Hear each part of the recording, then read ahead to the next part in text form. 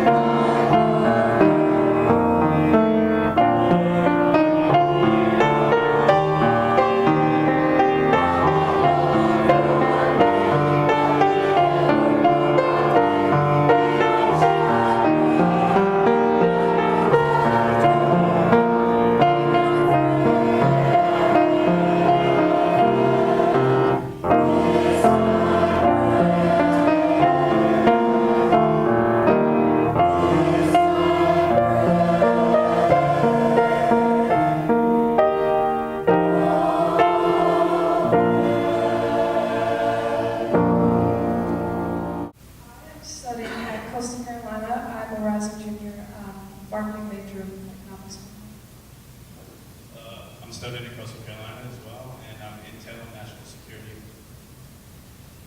I'm a rising junior at the University of South Carolina, and I'm studying public relations. Excellent.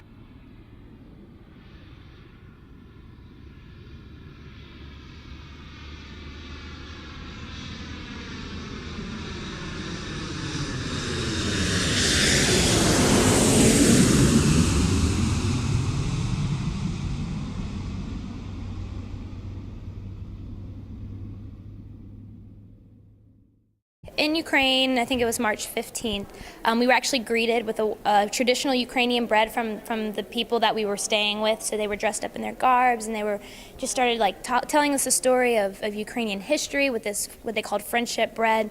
And then from then on, it was just incredible. I mean, we didn't have a whole lot of plans. They didn't tell us what we were going to be doing, and a lot of the times, like they would have us. They're like, "All right, you're going to perform a service. You have 2 hours, go." And we were like, we don't have anything planned. We don't have a sermon. Like we didn't know what we were supposed to be doing because communication was so difficult because translation wasn't as accurate as probably what he would have liked it. But I mean, that was kind of one of the most powerful things that God did for us over there, is to kind of take away all of our expectations and to just kind of trust him. And we were there for an extra 2 days, and that kind of just solidified God's flexibility for us, teaching us to just kind of just go with what He has planned for us, and just it was an incredible trip. It was something that I will take with me forever. The kids were very shy because most of the people that we visited were kids who were either really poor or didn't have a good home life or were malnourished or had family that had tuberculosis. So they were a lot of kids who didn't have good home lives, didn't have good parents. So,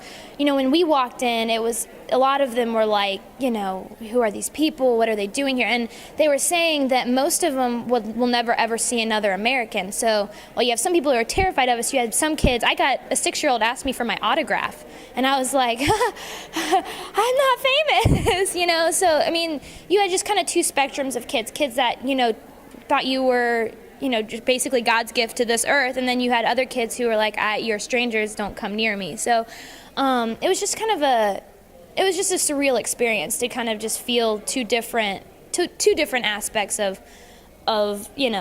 life. Going over there, I think I was a little nervous because I thought that maybe my faith capabilities weren't the same as the other people's on the trip, that maybe, kind of like what Pastor was talking about today, how I felt kind of like they were more Christian than I was, and I felt inferior as far as that. But being over there and being with those people, I mean, they didn't see that way at all. It was just kind of more of my insecurities, but it's amazing how just God strips you of that. Like we didn't have time for insecurity. We didn't have time to do that. And so he really kind of deepened my prayer life in the fact that, that's what you had to do that. And one of the cool things is we got to pray a lot for people, and that's something I've never done before. And so that kind of just changed my whole perspective of my faith in general, about how prayer really changes everything.